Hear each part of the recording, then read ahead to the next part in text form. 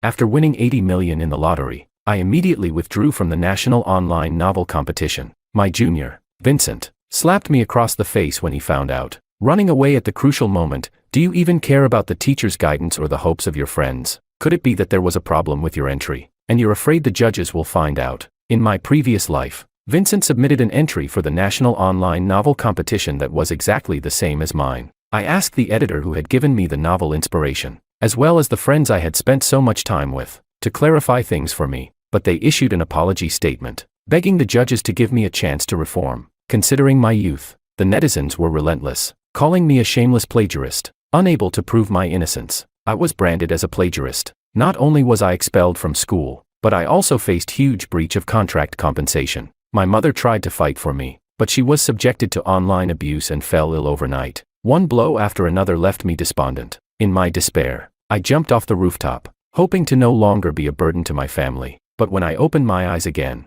I had returned to the week before the competition. Chapter 1. Bruno. I made your favorite ribs. Eat some before you write. Okay. You haven't eaten all day. Sister Daniela made a gesture towards me, her face full of concern. I was so shocked I almost fell off my chair. Just then, Julia pushed open the door. She handed me a box and said with a caring tone, I heard your shoulder's been bothering you lately. This massager might help you relax a bit. Scenes like this weren't new to me. In my past life, I thought I was the happiest person in the world. My sister, Daniela, who was 5 years older than me, had always taken such good care of me. Julia, my childhood friend, wasn't family, but was closer than any family could be. But after being reborn, I felt cold inside. In my past life, during the national online novel competition, the piece I submitted was exactly the same as the one by my junior, Vincent. When the judges noticed, they took immediate action. As an author who had won multiple awards, I had been quite hopeful of winning first place. But when the truth came out, I was quickly pulled into the vortex of public opinion.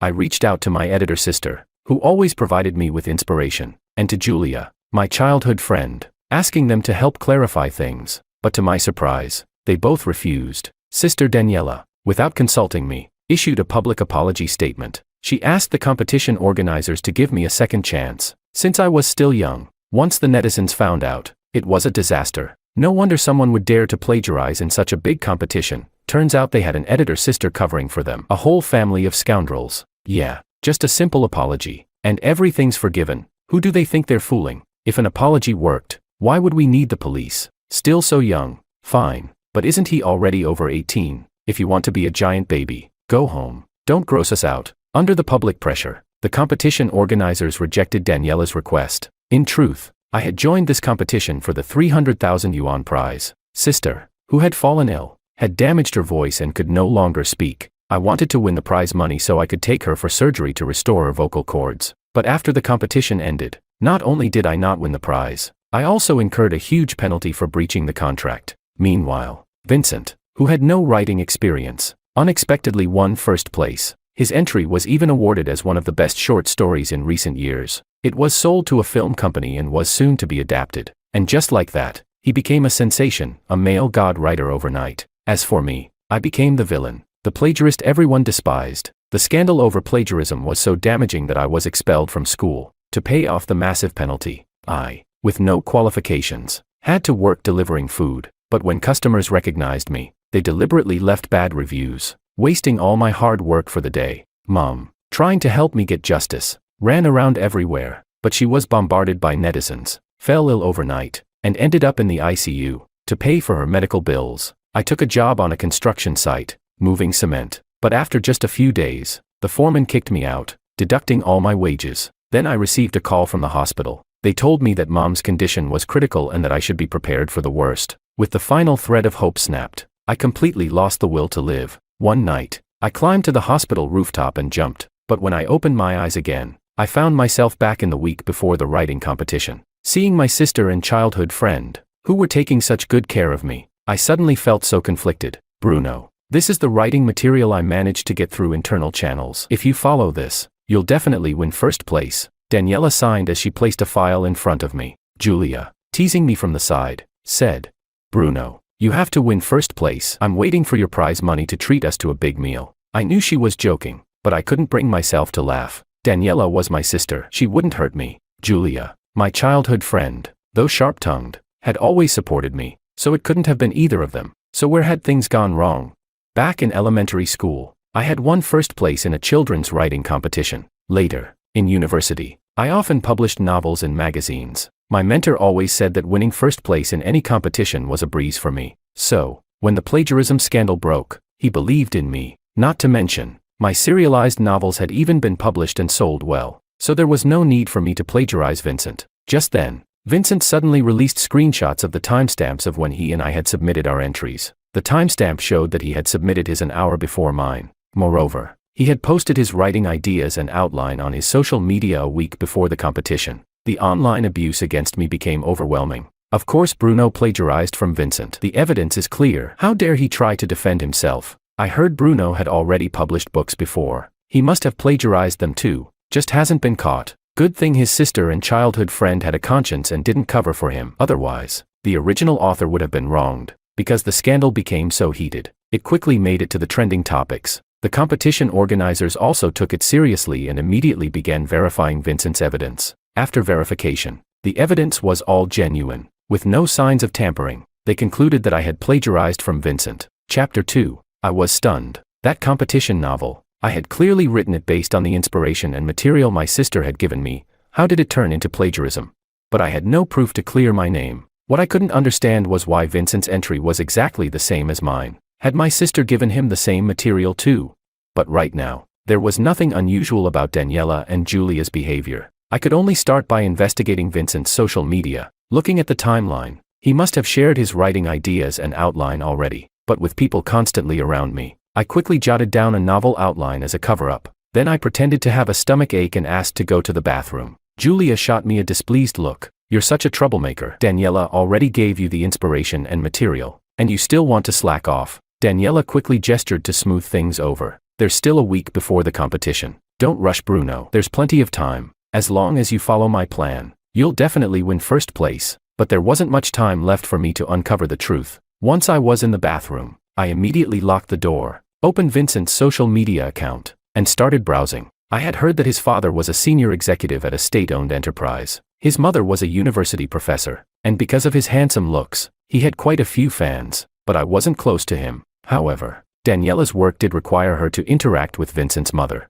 so they were likely acquainted. Once, I had seen her gesturing to Julia, saying that Vincent was suave and refined, unlike me, a country bumpkin. She had even advised Julia that when looking for a husband, she should aim for someone like Vincent, handsome and from a good family. At the time, I thought she was just joking, but looking back, I realized she had probably been serious. What confused me even more was why someone like Vincent, with such a high social status, would want to hurt me. Just then, I came across a recent post from him. In it, he shared his writing inspiration and novel outline. I froze. Wasn't this the same inspiration material Daniela had just given me? Even his novel outline was exactly the same as the one I had quickly written earlier. The comments section was full of praise from netizens. This unique novel structure is a first for me. The online literature world is finally saved. Yes, hurry up and write the novel. I have a feeling you'll definitely win first place. It was understandable that the inspiration might coincide, but why was his novel outline identical to mine? The study room had only been visited by Daniela and Julia. Could it have really been them? The thought sent a chill down my spine. But why would they do something like this? Could it be that the bond of family and the years we'd spent together meant less to them than their connection with Vincent, whom they'd only known briefly?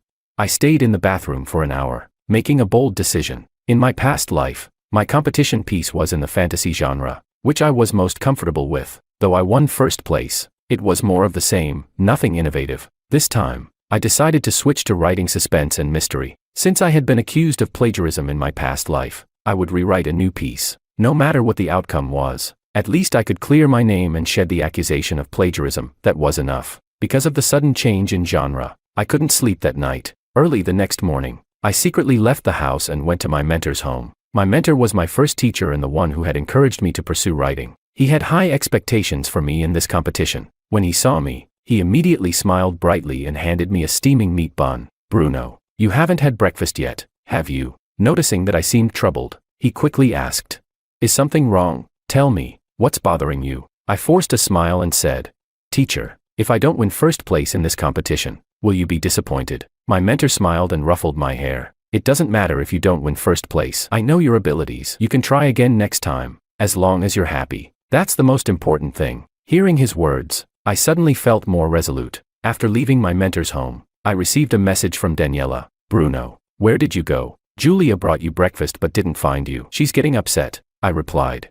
I went out to buy some writing materials. I'll be back soon. I decided not to use the inspiration and materials Daniela had given me. I hadn't told them about changing the genre for my entry. After all, they were the prime suspects. Chapter 3. I decided to go to the school library to rework my competition entry. I stayed there until nightfall, finally finishing the novel outline. Stretching. I planned to take a break and check if there was any activity from Vincent. To my surprise, Daniela and Julia showed up. I was puzzled. How did they know I was here?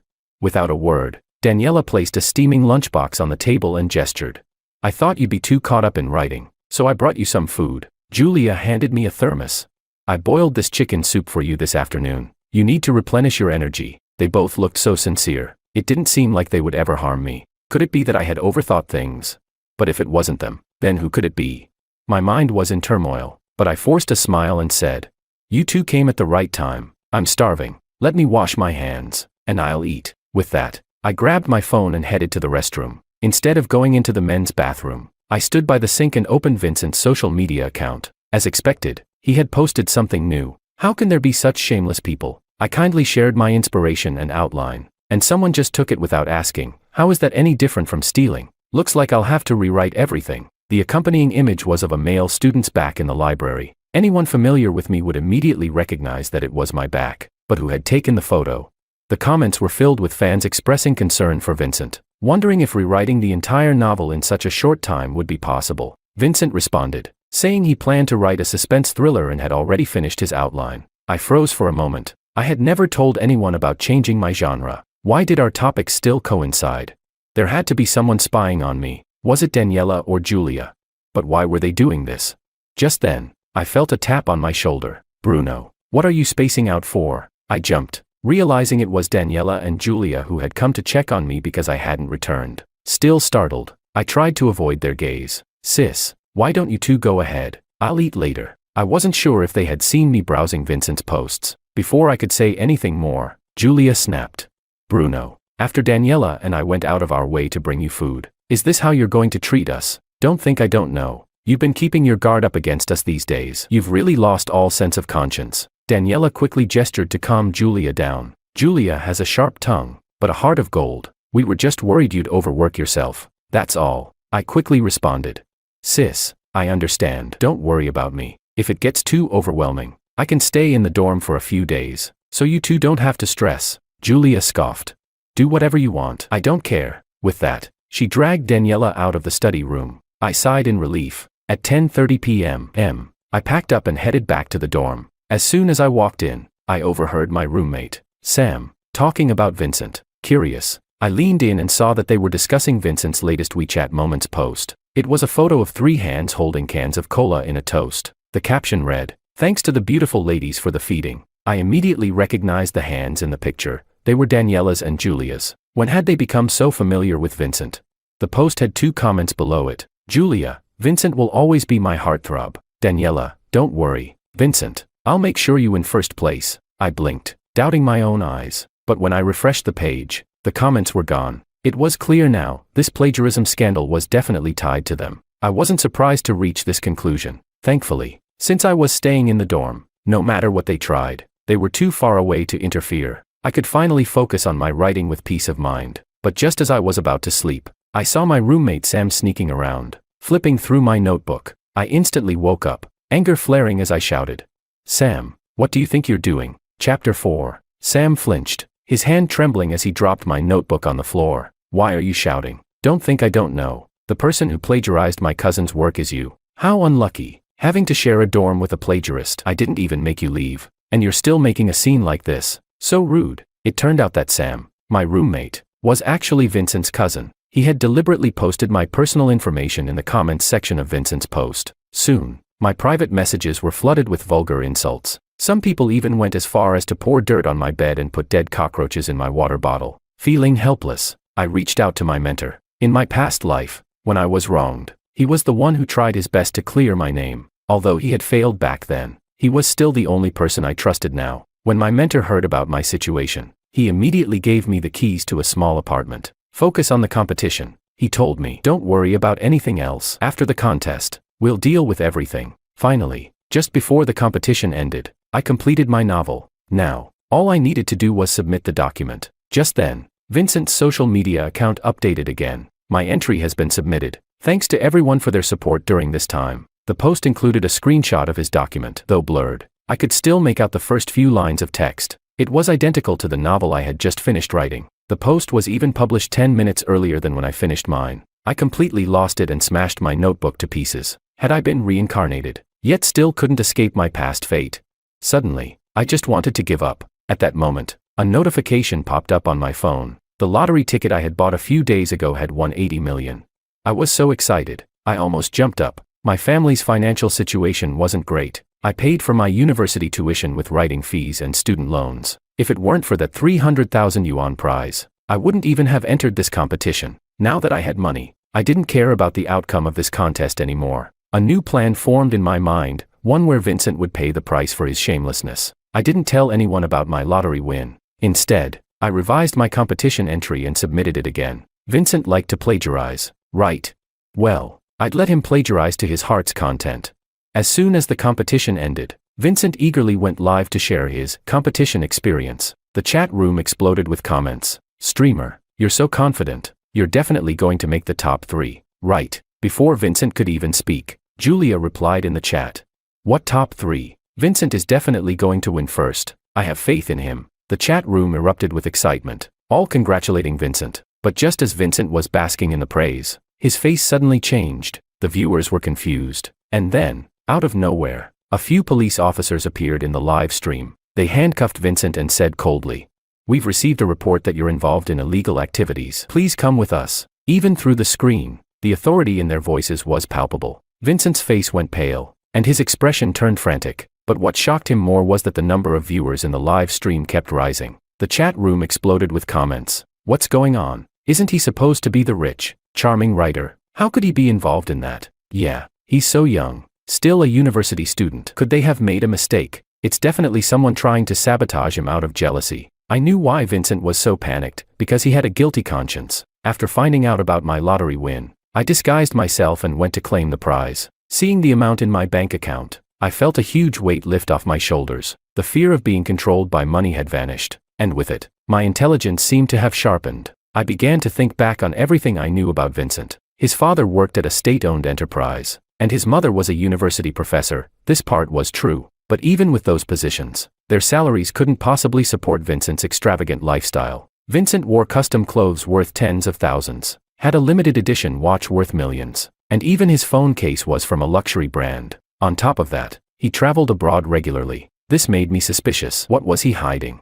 So, I paid a high commission to hire a private detective to investigate him. It didn't take long before the detective uncovered something shocking. It turned out Vincent was a tour companion. He was a male university student who accompanied wealthy women on trips. As long as he went on a weekend getaway with one of these women, he would receive a hefty tip. It was this tip money that supported his nearly $1 million monthly expenses. However, simply exposing this wouldn't be enough to satisfy me. So, I set a trap. Since Vincent liked to plagiarize my novels, I would use his own methods against him. I would make him publicly admit his plagiarism and the dirty deeds he'd done. I still used the suspense thriller novel I had written for the competition, but I deliberately made sure Vincent would copy it. What he didn't know was that I had altered the final clue in the story. Anyone with a little intelligence could easily figure out the ending, and the ending was Vincent's own downfall. Chapter 5. However, I wasn't worried that Vincent would figure it out. After all, he wasn't very smart. I wanted him to publicly confess his dirty deeds in this national competition. I wanted Daniela and Julia to see the true face of their perfect idol.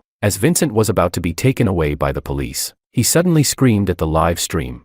"I've been wronged. The real person who did those things is my senior, Bruno. He plagiarized my competition entry and now he's turning it around and slandering me." The live stream fans quickly chimed in, and even Julia sent a message supporting Vincent. Vincent's father is a high-level executive at a state-owned enterprise, and his mother is a university professor. How could he possibly do such a disgusting thing? It must be Bruno who is jealous of Vincent. That's why he framed and slandered him. Police officers, you can't listen to him. I wasn't surprised by Julia's words. After all, she had done the same in my past life. But unexpectedly, just at that moment, Daniela entered the live stream. As soon as she entered, She started posting non-stop. It must be someone deliberately setting Vincent up. He's such a good person. How could he do something like that? I'm willing to vouch for Vincent's character and career. If you don't believe me, I can go live and confront Bruno directly. Julia quickly joined in. Daniela, I'll go with you. Looking at their comments, I couldn't help but laugh. I was living in my mentor's small apartment, and they had no idea where it was. How could they confront me?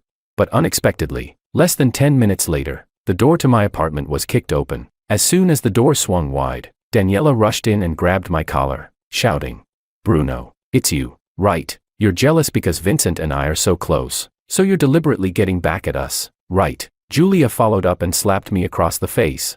"Daniela, don't ask. It's definitely him. He's been sneaky ever since the week before the competition. I know he's been stealing the materials and outline Vincent shared on social media, trying to use them as his own." Vincent didn't say anything, and yet he's accusing Vincent now. What a shameless person. They questioned me while live streaming with their phones. I looked at the two of them coldly, as if I was meeting them for the first time. In my previous life, I had been foolish enough to think I could win the prize and help Daniela with her voice surgery. Turns out, she had been faking it all along, just to manipulate me into entering this competition and falling into their trap. I slapped one of them back and coldly said, "Daniela, so you can speak after all. You've been holding back all this time just to trick me into your scheme, huh?" Daniela froze, unable to respond to my retort. I then turned to Julia and asked, "You claim I plagiarized Vincent's entry. Do you have any evidence? Spreading rumors without evidence can lead to legal consequences." Julia arrogantly raised her chin and confidently declared, "I'm not spreading rumors. Your competition entry is exactly the same as Vincent's. You didn't apologize and instead hit me, even slandering Vincent. How shameless can you be?"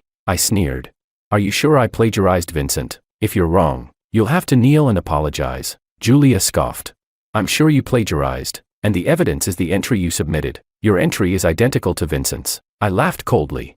"Oh, really? How do you know what entry I submitted? Are you the judge of the competition? I didn't know that. Or maybe you've been secretly spying on me, so you know exactly what I wrote." Upon hearing this, Julia's face turned pale. She stammered, realizing she had made a mistake, but stubbornly stuck to her ground, repeating her earlier accusations. She insisted that my competition entry was plagiarized from Vincent. Seeing that she was too stubborn to back down, I dialed the competition organizer's number in front of the hundreds of thousands of live stream viewers. The organizers verified that I had never participated in the competition, so there was no question of plagiarism. Julia was stunned.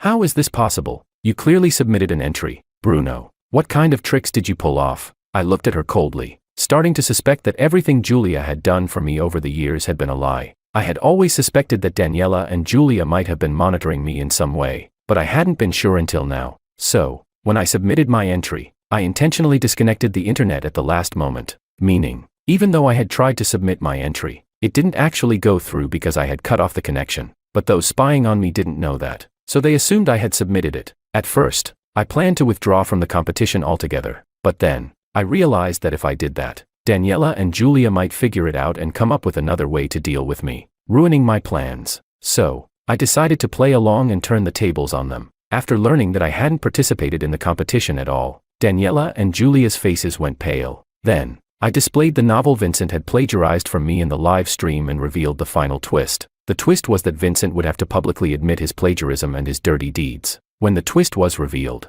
the live stream exploded. Chapter 6. The barrage of comments in the live stream was absolutely brilliant. "I can't believe the handsome and charming idol writer is involved in something like this. Didn't they say his mother is a university professor? How can a university professor raise such a son? Exactly. He clearly plagiarized someone else's work, but now he's accusing others, and the girl helping him is no better. She's not even his sister, yet she's helping an opponent sabotage her own brother. Is this really a blood sister? I saw this plagiarism scandal a couple of days ago. This Vincent guy, who's clearly a fake intellectual, even had his cousin cyberbullying people. He's shameless. People like him, who slander others and invade their privacy, should be behind bars." Daniela, upon realizing I hadn't even participated in the competition, looked completely stunned. "Bruno, why didn't you tell me you weren't participating? While I've been working so hard for you, you must have been enjoying yourself." "Huh?" Julia jumped in to add fuel to the fire. "Exactly, Bruno. You're so cruel. I even went out of my way to cook you chicken soup to help you recover, and I thought you were struggling with the competition. I must have been blind."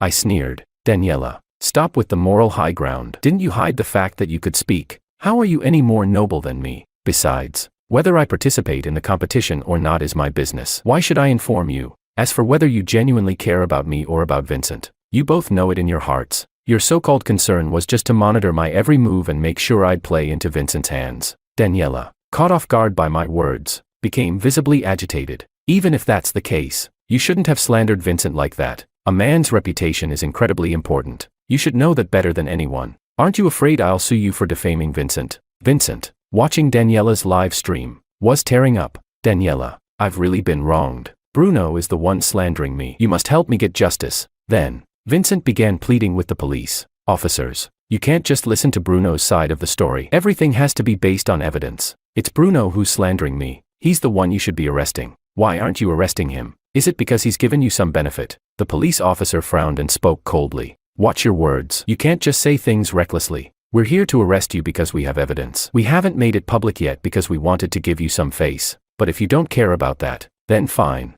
As soon as he finished speaking, Vincent's face drained of color. In this second life, as I recalled everything about Vincent, I found him to be truly malicious. But once I had the evidence on him, I realized not only was he malicious, but also utterly stupid. His dirty deeds, which should have been hidden, were something he took pride in. He thought this society mocked poverty but excused immorality, so he didn't even try to hide from people. Meanwhile, those who admired Vincent saw him as a genuine rich and handsome young man, never doubting anything. So, when I hired someone to investigate, it didn't take much effort at all. Once I had all the evidence, I immediately submitted it to the police. Without these pieces of evidence, how could the police have made an arrest?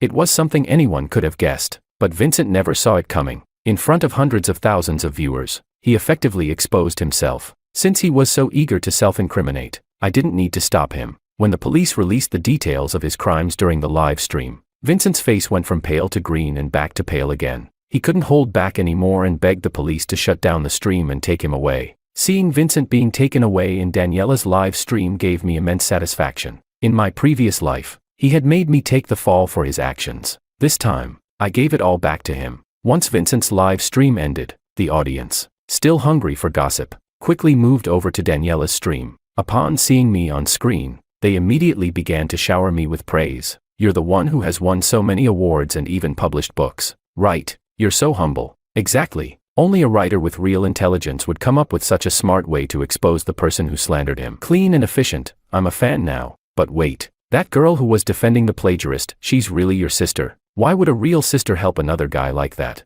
Are you sure she's your real sister? A sister like that? I think you should just cut ties with her. Not only that, the childhood friend who was helping that fake intellectual slander you, man. You've really had bad luck. Surrounded by trash like that. Seeing Vincent being taken away, Daniela and Julia were already frantic, but they were reluctant to leave the live stream with so much good traffic. Now, seeing that they were the new targets of the audience's ridicule, they had no choice but to end the stream with dark faces. They shot me a furious glare before rushing off to the police station to check on Vincent. As I watched the transformation of public opinion, I couldn't help but remember the scene from my past life when I was the one being cyberbullied. Chapter 7. In my previous life, after Vincent accused me of plagiarism, my popularity skyrocketed. But in that life, it was a case of becoming infamous, enduring cyberbullying. This time, though, it was real fame and praise, but I couldn't bring myself to feel happy. The public's preferences are always so superficial and direct. They never care about the truth, they just follow the crowd. This very fact had ruined my life in the past,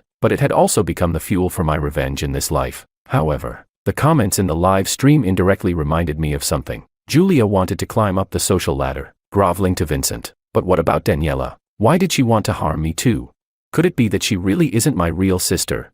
I thought about it for a moment, then immediately rushed home. Before Daniela returned, I secretly took a strand of her hair and went to have a paternity test done. Things were starting to get more complicated, but it wasn't until Vincent was arrested that I found out how exactly he had plagiarized me. At first, I thought he had installed surveillance cameras in my house through Daniela and Julia, or maybe he had put a spying virus on my laptop. But after I moved into my mentor's small apartment and had my laptop thoroughly checked, there was no sign of anything suspicious. I was frustrated. Fortunately, my mentor's father was a retired police officer. I told him about the situation. He furrowed his brow for a moment. Then his gaze fell on my glasses. He asked if I could let him take a look at them. Without hesitation, I took off my glasses and handed them to him. He inspected them with a magnifying glass for a while. Then suddenly his eyes lit up in realization. Just as I thought, I was confused, not understanding what he was talking about. He handed me the magnifying glass and told me to carefully examine the screw on the front of the glasses. To my shock, right in the middle of the screw,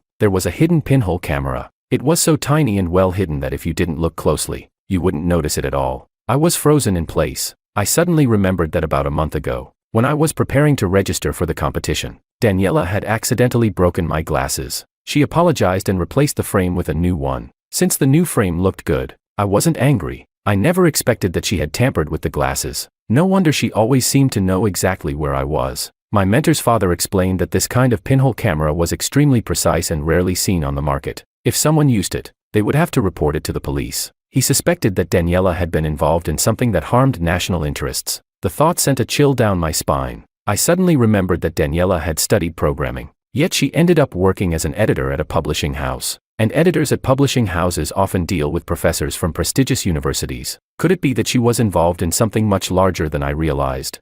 Without wasting time, I took the camera off the glasses and handed it to my mentor's father, asking him to report it to the police. With this camera in hand, I now had the proof of Vincent plagiarizing me. In my previous life, I had been falsely accused of plagiarism and slapped with a huge fine for breaking the competition rules. This time, there was no way I was going to let Vincent off the hook. I wanted to see how he would wriggle his way out of it once the truth came to light. And as for Daniela and Julia, the accomplices, there was no way I would let them off either. I wrote up a report about my suspicions regarding Daniela's true identity and submitted it to the authorities. Daniela had hidden her true identity, afraid of being exposed. Right. Well, I was going to expose her hidden identity and let her taste the consequences. Once everything was in motion, I moved out of my house. I moved into the small villa I had purchased with my lottery winnings. The 80 million yuan prize gave me the confidence to do anything I wanted. Mainly, I just didn't want to deal with Daniela's despicable questioning or Julia's betrayal any longer. After finishing all of this, I blocked Daniela and Julia's contacts, then signed up for a national travel group to finally relax. Since it was summer and school was on break, it seemed like the perfect time to take a vacation. Besides, my experiences in the past life had kept me on edge for too long. I desperately needed a break. After traveling for a month, I returned to the villa with a bunch of local specialties. Just as I was about to send some to my mentor, I unexpectedly ran into Daniela outside the community. If I hadn't spent so many years living with her, I might have barely recognized her. She had lost so much weight, and she looked so haggard. Her hair was a mess, and her eyes were bloodshot. Before I could even call security, she grabbed me and pulled me into a car. Chapter 8. She gripped my shoulders tightly and demanded, "Bruno, why did you move out? Do you know how worried I've been about you?" I rolled my eyes, speechless, and retorted, "I think you're more worried about not finding me, so you can help Vincent cover up, right?" Daniela was taken aback for a moment, then her tone softened. "Bruno, I know I've lied to you about being able to speak, and I understand why you're angry, but I'm your real sister. I truly care about you, and that's why I'm looking for you. How can you think so poorly of me?" I sighed. "If that's the case, then now that you see I'm fine, can you let me go?" As I started to open the car door to leave, Daniela grabbed me again. She looked hesitant, so I grew impatient. "Spit it out quickly. I've got things to do. No time to waste with you." Daniela sighed and tentatively asked, "Bruno, could you help Vincent? He's the son of an important client of mine. This situation has ruined his reputation, and he nearly fell into depression. Can't you help him out? Just for my sake?" I responded with irritation. "I'm not even close to him. How am I supposed to help?" Daniela's eyes lit up. "Just tell them that Vincent's submission was actually written by you, and that you accidentally submitted it using his account as a joke. That way, Vincent can be cleared of all charges." I scoffed. "Daniela, are you sure you want to say that?" Daniela nodded eagerly, her face full of hope. I was beyond angry now. "Daniela, do you even know what you're asking? If I say that, it would be false reporting, and that's a crime. False reporting gets you thrown in jail. Do you really want to put me in that position?" Daniela's face darkened. "Bruno, don't think I don't know. You've won 80 million from the lottery, so you have everything now. You can't even help Vincent just once. You participated in the competition for your sister, so why can't you help Vincent for my sake?" I stared at her, smiling. "You said it yourself, help me for your sister's sake. But are you really my sister?" As soon as I said this, Daniela's expression shifted, and her eyes avoided mine. "Bruno, what are you talking about? I don't understand what you mean." The paternity test results came back, but I wasn't at all surprised. It felt like I had already predicted this outcome. Daniela wasn't my real sister. Which real sister would go so far as to ruin her brother's life for someone else? Once the results were in, I immediately started looking into my true identity. To my shock, this investigation uncovered an old family secret. It turned out, Vincent was actually Daniela's real brother, and I was the real son of the Wong family. Back then, my mother and Daniela's mother had both been in the same hospital giving birth. The Song family was poor, while the Wong family was well off. Daniela, who had a strong attachment to her brother, had secretly swapped me with Vincent, so that her brother could have a better life. And so, Vincent and I had switched fates. But genetics are incredibly powerful. I inherited my mother's intelligence and my father's emotional intelligence, so I excelled in school from a young age. Relatives often remarked that I didn't resemble the Song family at all. I thought it was just a joke, but it turned out to be true. Seeing that I now knew the truth, Daniela's face suddenly turned cold, and she instinctively reached for a knife nearby. I sneered. "Sister, are you planning to kill me to silence me? Is Vincent really worth going this far for?" I then played the audio recording I had secretly planted on Vincent. "That Daniela is so annoying. A mute. She really thinks that just because I call her sister, she's my sister. Dream on. And Julia, she's no better than Daniela. Just another simp. That Daniela disgusts me. I hope she doesn't have any unrealistic ideas about me. She's too old for that. If it wasn't for the fact that she could help me win first place in the competition, I wouldn't even bother with her. These boundaryless women are so irritating. They have no money, yet they act like they're high and mighty. They have no idea what they're really worth. Does she even deserve it?"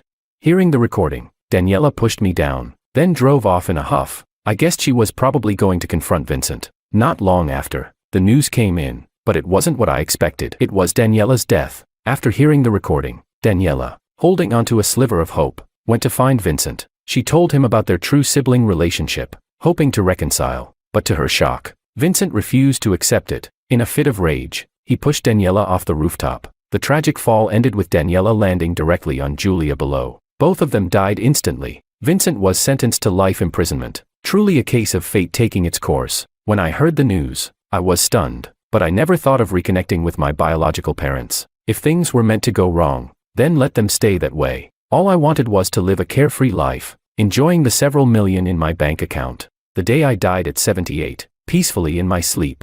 My wife Willow refused to even see me one last time. I thought that would be our final goodbye, but when I opened my eyes again, I found myself back at 22, given a second chance at life.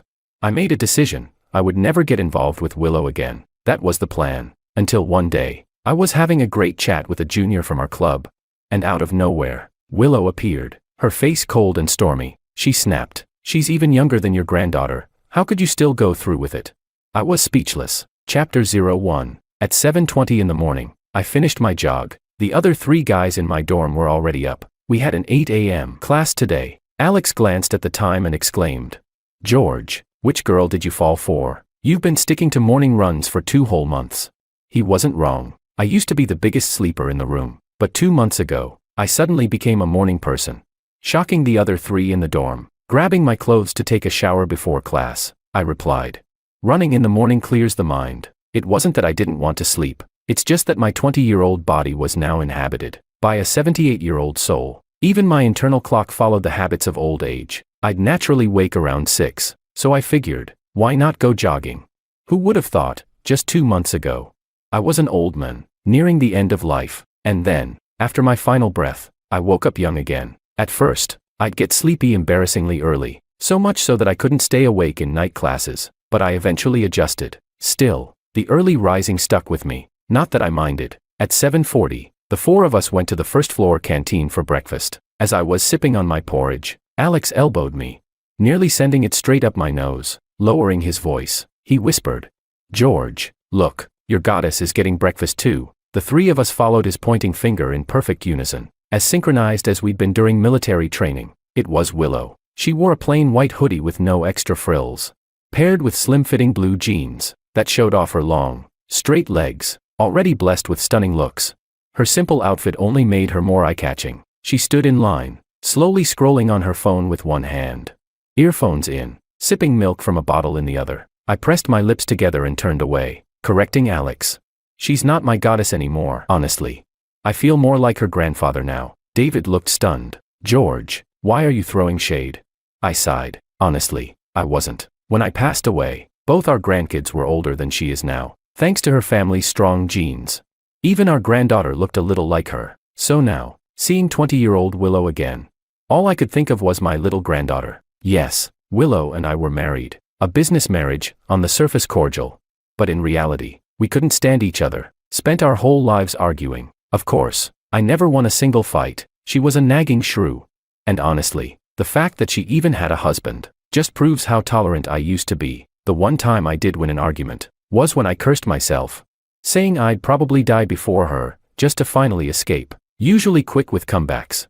She stared at me, eyes wide, speechless for once, then her eyes turned red and she stormed back to her room. She wasn't as ruthless as I was, couldn't bring herself to curse her own life. Ironically, I really did die first. Willow and I had a son and a daughter.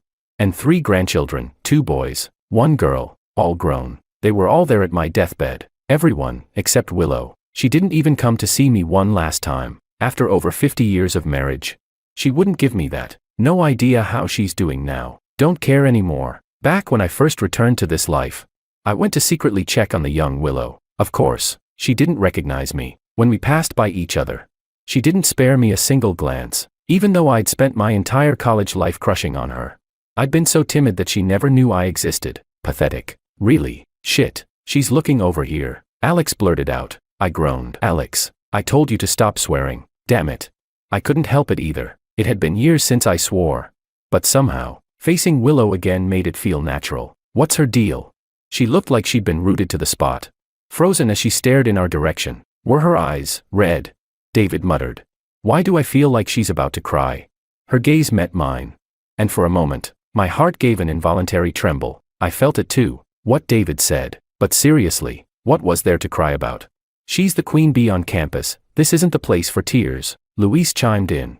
Whether she cries or not, I don't know. He handed David a tissue and grabbed one for himself. But I do know if we don't head to class now, we're gonna be the ones crying. Alex groaned. Damn this cursed 8 a.m. class. I looked away and quickly gathered my stuff, rushing off to class with the others.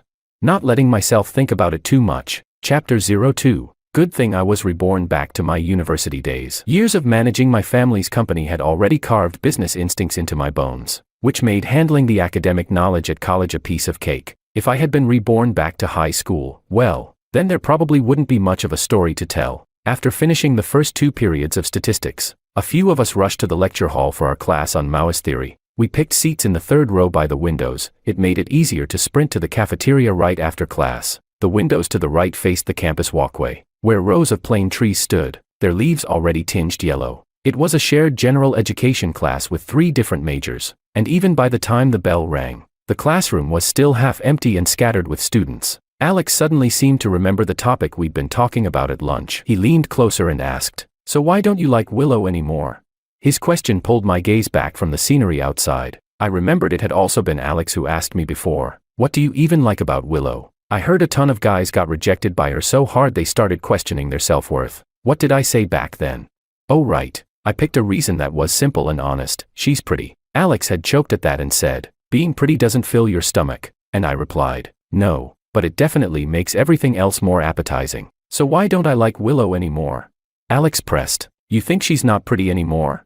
That's not it. Even though our marriage was far from perfect, I had to admit, at every stage of her life, Willow was always objectively beautiful. But when I thought about how tangled our previous lives had been, I couldn't help but wonder, now that I'm 20 again and seeing Willow from the start, if maybe this time, we'd both be better off not getting involved in each other's lives at all. After a few seconds of reflection, I replied, "She's got a heart sealed in concrete." I cut my losses while I still could. There was no white moonlight, no unfinished love story, no cheating involved. It was just that Willow didn't do romance. Her heart was harder than diamond and colder than a glacier. Unbreakable, unmeltable. Alex burst out laughing. "Bro, did you really just say, sealed in concrete?"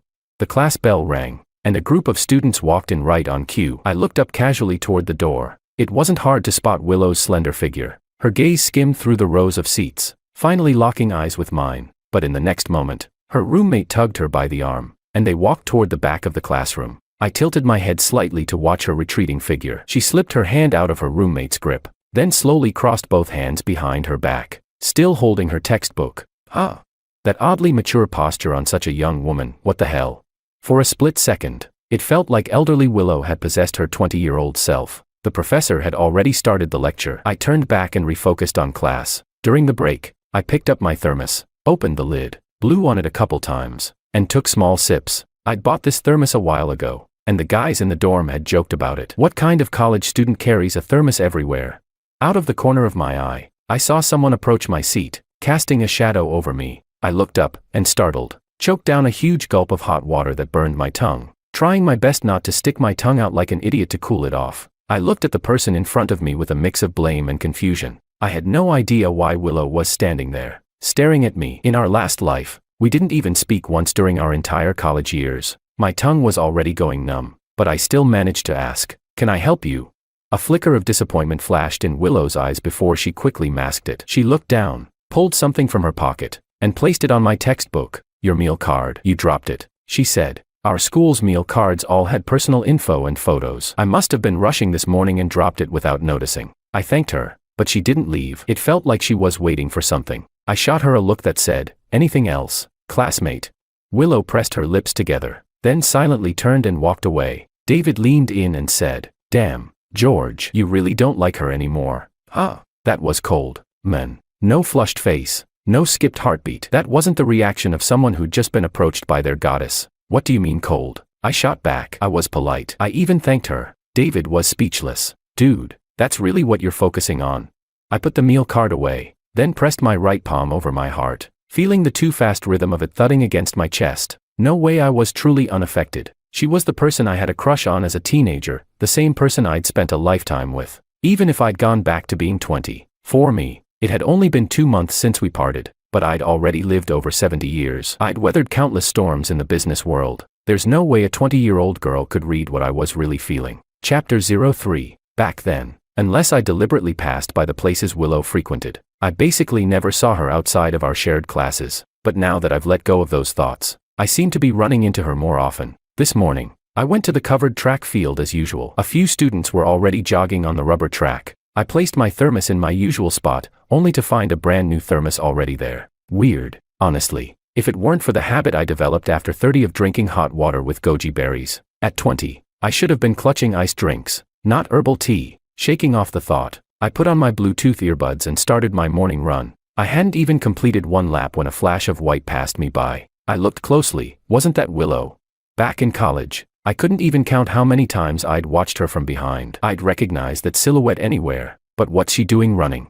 Sure, Willow did eventually pick up jogging, but that was something we only got into after we got married. Shortly after the wedding, my parents stayed with us for a while. Every day, they dragged us up early to go jogging for our health. It was rough at first, but we both gradually fell in love with the rhythm of it. Even after my parents left, we kept up the habit. Of course, she always complained I ran too fast, and I'd complain she ran too slow. We only gave up jogging when we got too old for it, switched to slow-paced walks instead, always 2 meters apart. Now though, I guess she just couldn't sleep and went on a whim. I didn't think too much about it and continued with my laps. After 6 laps, I slowed down, slightly out of breath, and walked back to where I'd left my thermos. I opened the lid and waited for my breathing to settle before taking a sip. The owner of the other thermos returned too. My eyes followed her hand, fair and slender, all the way up to her face. I was speechless. We stared at each other without saying a word, both sizing each other up. I felt the corner of my mouth twitch slightly. Was Willow losing it? Where's her beloved iced Americano? When did she become a thermos girl too?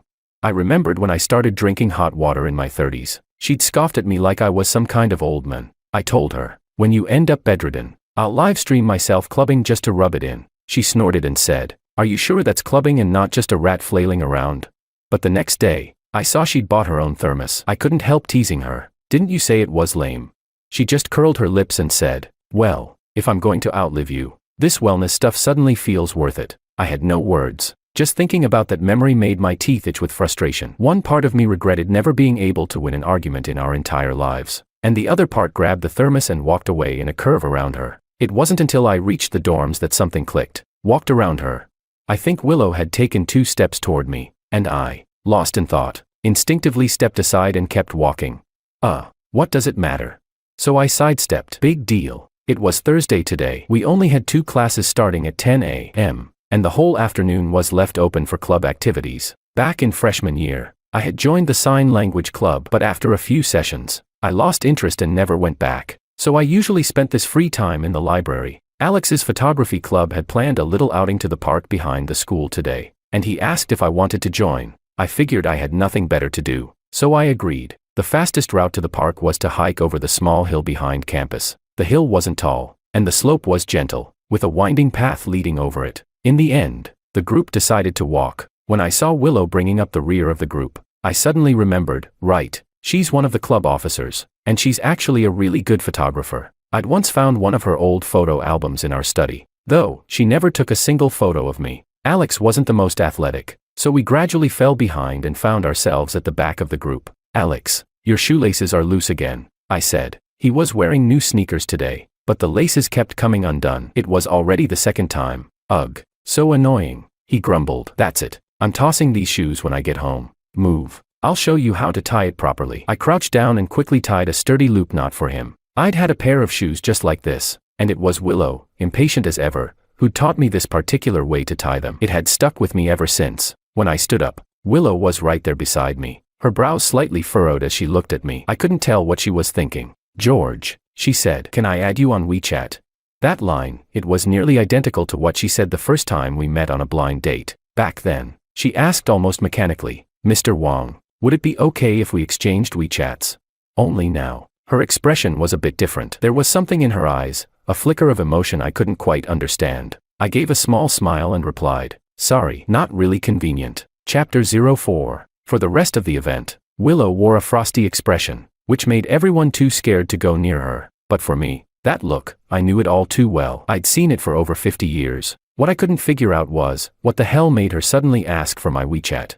"George, you came too." A voice snapped me out of my thoughts. People were already off doing their own thing, and I looked toward the familiar face walking over, a face I hadn't seen in years. It was Anna, my junior from student council. She was a year younger than me and Willow. We went to the same high school and met during student council days. Later, she got into the same university, and we'd occasionally bump into each other on campus. After graduation, her father's company had business ties with Willow's, so she was one of the few mutual friends we stayed in contact with. I greeted her with a smile. "What a coincidence, Junior." I came with my roommate. I pointed over to Alex, who was adjusting his camera lens in the distance. "He's over there." Anna nodded, then suddenly asked, "I'm short a model. Can you help me out, Senior?" I remembered she never ended up getting married. I chuckled and said, "Junior, you don't need a model, you need a boyfriend. Don't stay a single simp forever." Anna blinked, caught off guard. Where did that come from? She opened her mouth to say something, but was cut off by a sharp, icy voice from behind me. "What now? She's even younger than your granddaughter. How could you still go through with it?" Anna looked completely baffled. And me, I was speechless. I whipped around, and there was Willow. When did she get behind me? But the most terrifying part, what the hell kind of nonsense did she just say? She grabbed my arm and started dragging me toward a quieter spot. My brain kicked into overdrive as I followed her, trying to make sense of everything. Wait a minute, could this actually be old Willow? But I only came back to 20 because I died. She was still perfectly healthy. Did she die too? No way, she died just 2 months after me, right?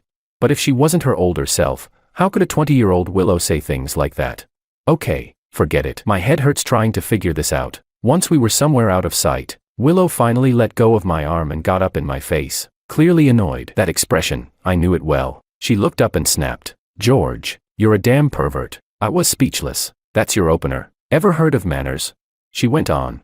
"Anna is 19. Your granddaughter is 22. My eyes widened. Holy sh, it is old Willow. That cranky old lady actually came back too. And what kind of twisted nonsense is she even saying? I couldn't help but fire back. "I'm 20. Okay." Willow sneered. "Sure. Age 20. Mentally, more like 78. I had no words. Her mouth was still as savage as ever, just like in our last life. She gave a cold snort. "So this is why you've been ignoring me. I get it now. You were supposed to be obsessed with me at this point in time, but you're already tired of me and looking for someone new. Huh? Hold up." I cut in, voice rising slightly to cover the sudden guilt I felt. "When the hell was I ever obsessed with you?" She rolled her eyes. "Oh really? Then how come I found a box in your stuff after you died, with a candid graduation photo you pretended was a selfie with me, and a note on the back that said, 4th year of liking Willow?" I was at a loss for words. Yeah.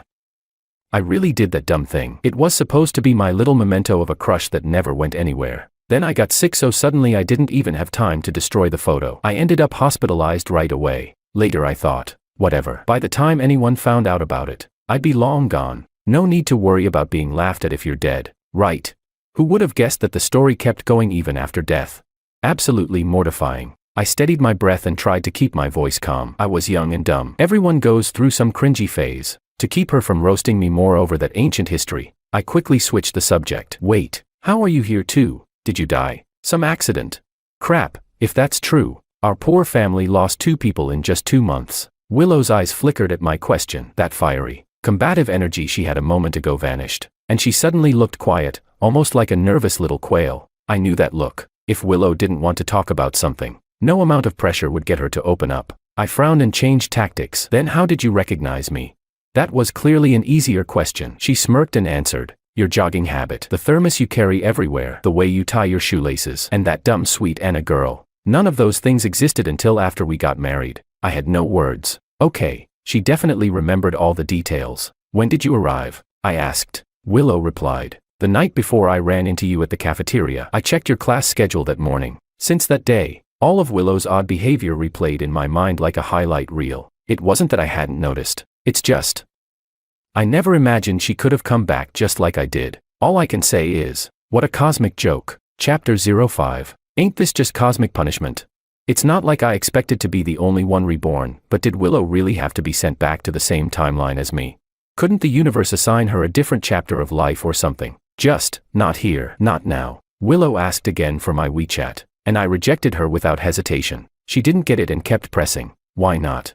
I sighed, trying to explain seriously. Willow, didn't it ever occur to you that since we've both gotten a second chance at life, maybe we should make different choices this time? Like, choosing not to be part of each other's lives? Her body froze, and so did the expression on her face. I continued, we got married without any real feelings between us, and ended up fighting for a lifetime. Clearly, we weren't meant to be each other's partner. Maybe leaving each other behind will lead to better outcomes, for both of us, don't you think? I gave her a small nod and turned to leave, but before I could take a step, she grabbed the cuff of my sleeve. Willow looked at me. Her eyes shimmered with unshed tears, and her voice came out soft and almost pleading. But when you liked me, I didn't even know you existed. Your feelings only lasted 4 years, and I never even got the chance to notice. After we got married, you just hated me. Her voice trailed off, more like a whisper now. So love just turns into hate. It's all the same, isn't it? She let go slowly. I stood there, heart aching, feet rooted in place like something invisible held me down. Go ahead, she murmured, shoulders slumping. The girl who had always been so proud suddenly looked heartbreakingly fragile. I wanted to say something, anything, but I knew the more I said, the messier this would get. Maybe keeping things clean was the only way to truly cut ties. I stood there for a long moment, then finally turned and walked away. For quite some time after that, I didn't see Willow again. It was like she really listened, disappearing completely from my life. Though, surely she wouldn't skip even public classes, right? Girls really out here daring to fail courses like it's no big deal. I could only sigh helplessly. I guess we were really going our separate ways now. Time quietly slipped by, and on Christmas, our city saw its first snowfall. Soft, fluttering flakes fell through the sky, adding a romantic flair to the already festive evening. My roommates and I returned to campus after wandering outside for a bit. A thin layer of snow had already blanketed the campus path, crisscrossed by messy footprints. I couldn't help but recall a winter from after our marriage, one with much heavier snow. That year, our 2 families had dinner together. Since the restaurant wasn't far, Willow and I walked there. I've never had a good tolerance for alcohol, but the vibe was great that night and I overdid it a little. By the time dinner was over, I was leaning heavily on Willow just to stay upright, determined to prove I wasn't drunk. I shoved her away and insisted on walking in a straight line. 3 steps in, I twisted my ankle. Willow had no choice but to scowl and drag me home. It wasn't a long walk, but I leaned against her the whole way, savoring every second like it was a slow-motion scene from a film. On the left, busy shopfronts sparkled with neon lights. On the right, warm street lamps lit up the snow-covered road that led us home. She held me up, step by step, leaving 2 staggered trails of footprints in the snow. She smelled so good, I wanted to bury my face in the crook of her neck and fall asleep right there. She hissed through gritted teeth, George, be human, please. I'm struggling here and you're freezing my arm with your face. Something cold melted against my cheek. I looked up. Snowflakes were drifting down from the sky. Ignoring her complaints, I murmured, Willow, it's snowing. She snorted. So maybe next time, don't drink. How many feet do you plan on spraining? I laughed. When the snow gets heavier, you'll turn into a little old granny, and I'd be an old man right next to her. We really did grow old together. Willow rolled her eyes. At this pace, the snow won't even pile up before I drag you home. I had no words. Seriously, was this woman allergic to romance? Still, thinking back, it was like a wish fulfilled. Willow and I really did grow old side by side. Back at the dorms, we saw a crowd had gathered. Alex lit up and dragged us into the thick of it, excited to be front row for some drama. A chill ran down my spine. Oh no, I'd completely forgotten this was supposed to happen. In my past life, I once suffered through a public humiliation. A girl with a major crush on me had decided to confess in front of a crowd. If she'd just handed over a love letter, that'd be one thing. But no, she had to cry and guilt-trip me like I owed her something. I tried to leave, and out of nowhere, she lunged at me and yanked my pants down. Just remembering it made my scalp tingle. The crowd parted, and there it was, exactly like before. Heavy makeup, micro mini skirt. Her eyes lit up the moment she saw me, and I had the overwhelming urge to curse out loud. She strode toward me with purpose. I quickly raised a hand to stop her from getting too close. Her smile froze, but she still bit her lip and said sweetly, "George, I really like you. Will you be my boyfriend?"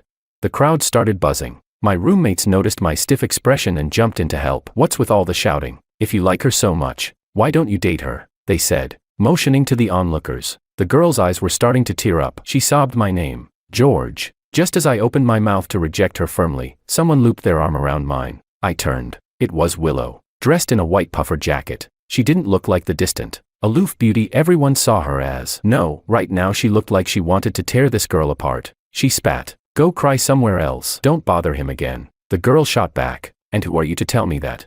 Willow leaned against me and said, each word clear and cold, "I'm his girlfriend. We have a kid and a grandkid." The whole crowd went silent. People stared. What the hell just happened? Did she lose her mind? I froze, completely forgetting I was supposed to be angry. "Willow, do you even hear yourself? Are you seriously letting a high school level crush trigger you this hard?"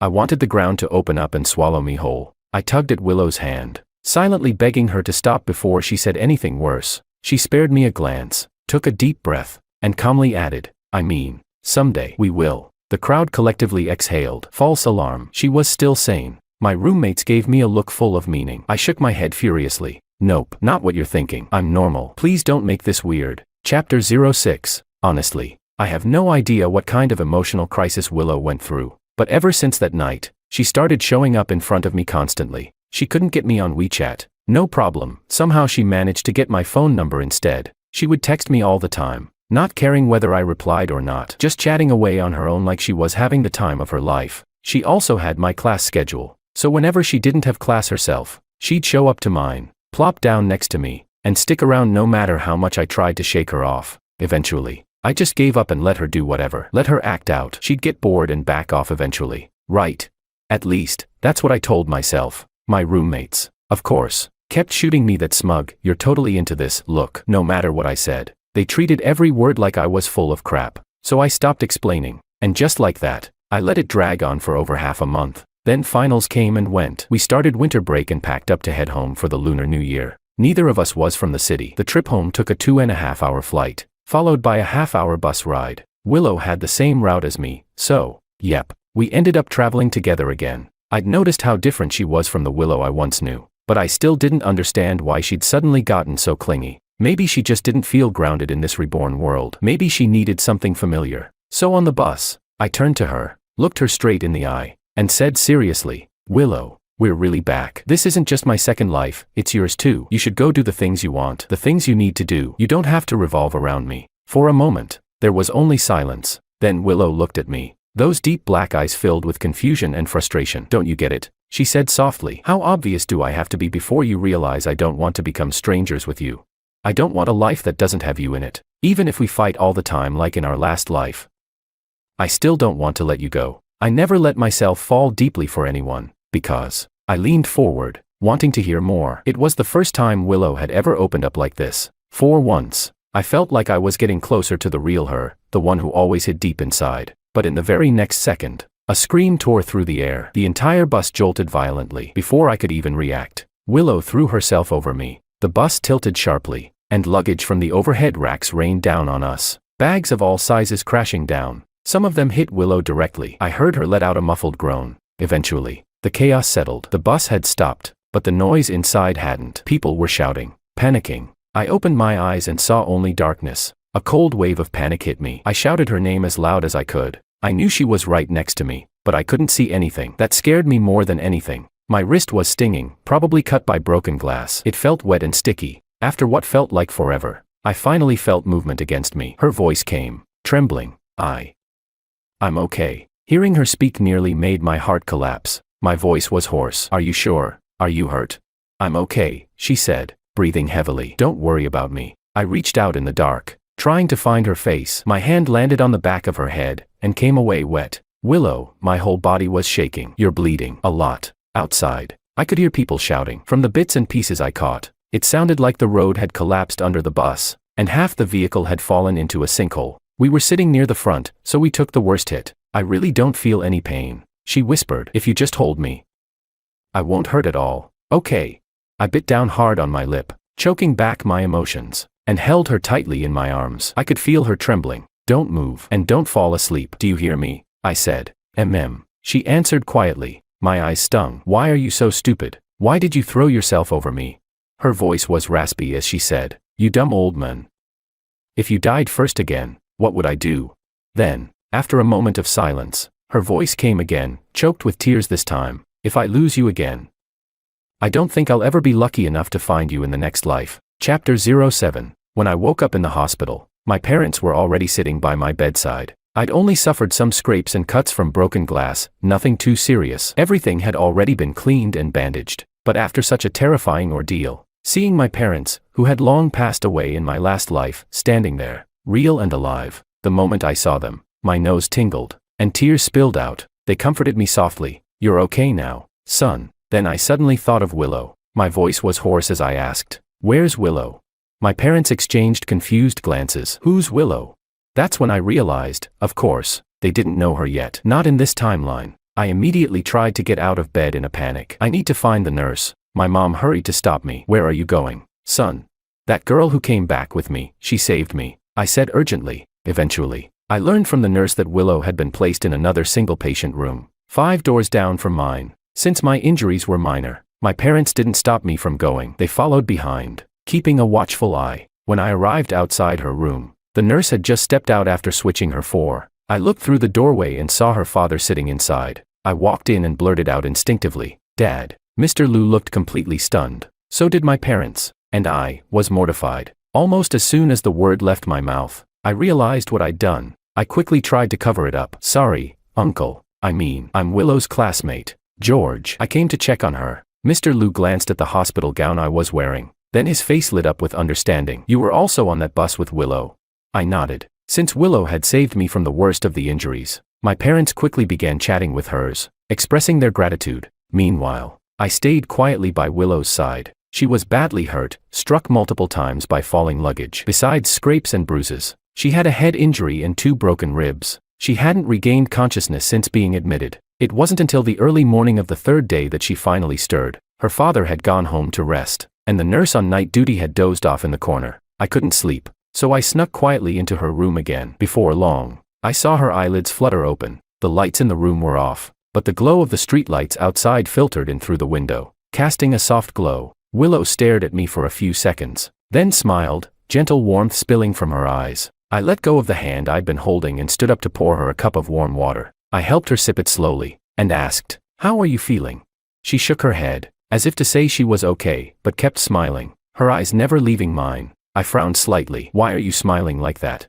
Her lips curved faintly, voice hoarse but filled with unmistakable joy. There's nothing more comforting than waking up and finding you right beside me. It was the first time I'd ever heard Willow say what she truly felt. She blinked slowly and continued. When you passed away, it felt like the whole world went quiet. So quiet I could barely hear anything. I paused, because that was a part of the story I never got to see. Her life after my death, she whispered. Life stopped meaning much. I just sat around all day, staring at the things you left behind. Have you ever heard of Yuan Yang Ming? It's said that when one spouse in a destined pair dies, the other won't live long after. She hooked her finger around mine and let out a soft laugh. George, I think I'm like that too. My health was fine, but 2 months after you were gone, I lay down on your side of the bed, and just followed you. I sniffed, vision blurring with the image of old Willow, alone, grieving, fading away quietly in the dark. I turned my head away. Then why didn't you come see me one last time? She gave a faint, bitter smile. I kept thinking, if I didn't see you, maybe you'd be too angry to die peacefully. That maybe, you'd fight a little harder to stay. But, you still left me. I sighed, helpless. That wasn't exactly my decision. You know. What was I supposed to do, argue with the Grim Reaper? She continued. The moment I realized I'd been sent back to when I was 20, I couldn't wait to find you. But when I saw you the next day, in the cafeteria, and in class, you had no reaction at all. I thought maybe you hadn't come back too. But little things started making me doubt. The way you tied your shoes, carried that thermos, looked at certain people.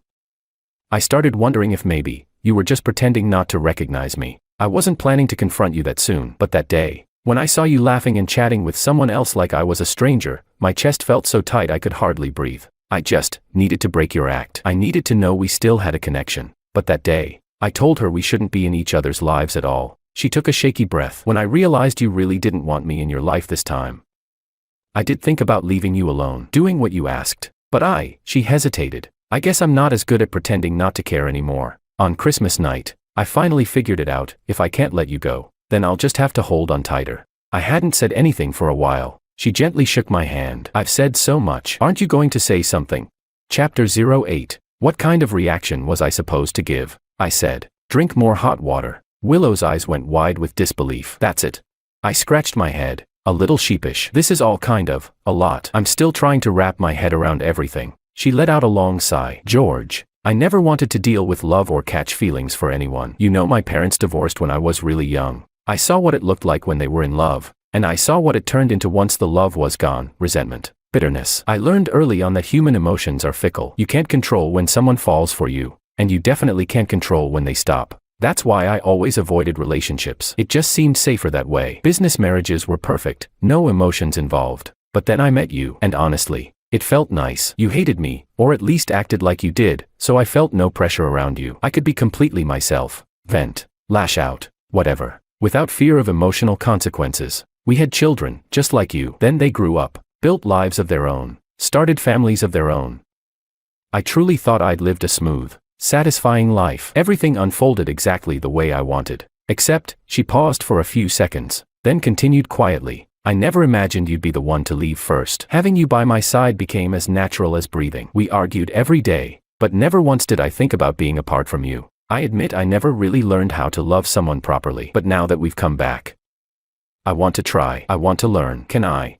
After she finished, Willow fell silent, her eyes fixed on me. I knew she was waiting for my answer. It took a long moment, but eventually, I opened my mouth and said, that day, you said I only liked you for 4 years. But that's not true, Willow, I said with a quiet smile. I loved you for most of my life. I knew how much love scared you. I knew that if I acted on my feelings too directly, it would only push you further away. Every little moment of concern I accidentally let slip made you recoil like I was threatening your personal space. So I figured, pretending not to love you might actually make you feel safer. The truth was, we were the same. I hid my care for her beneath years of feigned irritation. She hid her tenderness behind years of deliberate coldness. Looking back, I think we actually had a pretty good life. Other people only ever saw her as talented but emotionally distant. But I had seen so much more, her full range of emotions, her warmth, her vulnerability. That was the real Willow. Maybe I never fully broke into her heart, but no one else ever came between us either. She still had my children, still built a home with me, and I stayed by her side until the end. She said, the reason I said we shouldn't be involved this time around was because I thought I had disappointed you. I thought, maybe without me, you'd meet someone more suitable, someone who could change how you feel about love and make you truly happy. But George, she said gently, you already changed me. It happened slowly. Over all those years we spent together. I couldn't help but laugh softly when I heard that. I didn't argue anymore. I said, all right, a lifetime, sometimes it feels long, sometimes short. And just like that, I'd spent it all acting out a love story with Willow. I grew up surrounded by love. I knew love meant giving, understanding, staying. Willow, on the other hand, grew up lacking it, and never really learned how to give it back. But now that I look back, I'm not so sure her love ever ran shallower than mine. Maybe I was just the one who felt it first, and she realized it later. I asked, what would you have done if I hadn't come back this time? Willow answered instantly, then I'd chase after you. I frowned. You were 78. She sniffed indignantly. That's a mindset. Okay, call it mature and composed. Physically I was 20. We'd be a perfect match, wouldn't we? I thought back to all the savage things she said to me that day at the park. I had no words. Double standards. Yeah, she invented the game. Oh, by the way, I suddenly remembered something and looked a little awkward. When I first came to your hospital room, I saw your dad, and I accidentally called him Dad. My parents were with me too. Pretty sure they misunderstood. Willow burst out laughing. She laughed so hard her chest started to ache again, and she had to hold it with one hand before she could finally catch her breath. Beaming, she looked at me and said, Is it still a misunderstanding now?